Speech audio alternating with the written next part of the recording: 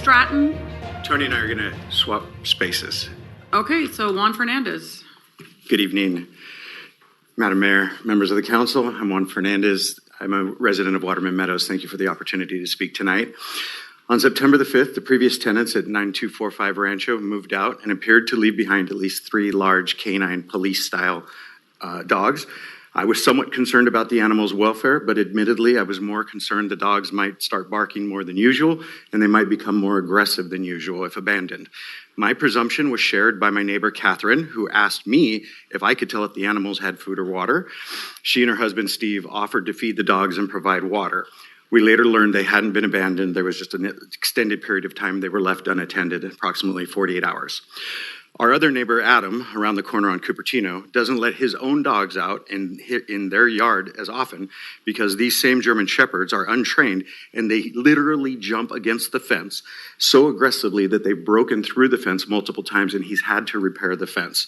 So he tries to limit his own dogs in his own yard because of the aggressive nature of the German Shepherds. My neighbor, Tony, is here tonight and he's going to talk about his experience with animal control.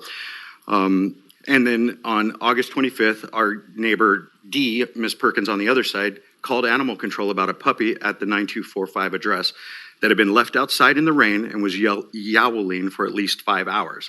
She was told if the puppy had food and water, there was nothing animal control could do.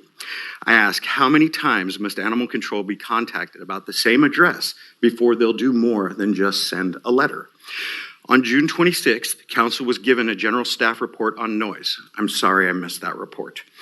Animal Control Officer Humiley presented the animal noise definition and confirmed there are no explicit quiet hours that apply to barking. 10 minutes is the threshold as defined 24 hours a day, 4 p.m. or 4 a.m. And animal control officers are not available during non-shift hours. So if your issue is at 4 a.m., you make note of it and they'll send a letter. I ask if council had a dog outside their child's window barking at 4 a.m., if even 2 minutes would be too much. I realized also something in preparing to speak tonight. I can measure how impactful the barking is to my eighth grade 13-year-old son's sleep cycles because his phone can record it. It can record when he gets woken up and how long it takes him to go back to sleep.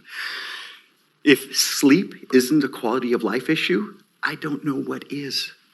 I respectfully request council re-review the definition of nuisance barking, possibly allocate funds towards recording technology to make the enforcement of any action data-driven, not using stopwatches or being only defined by animal control shift hours. Perhaps we could enable animal control to offer dog ownership coaching or bark collars if the same address has been called in multiple times. Perhaps animal control might help mitigate when neighbors disagree on how much barking is too much barking. I'm almost done. Thank you. Nobody Sir, wants... this is the time. Nobody wants to hate their neighbor. Thank you, We're told to love our neighbor. Thank you. Next up is Tony.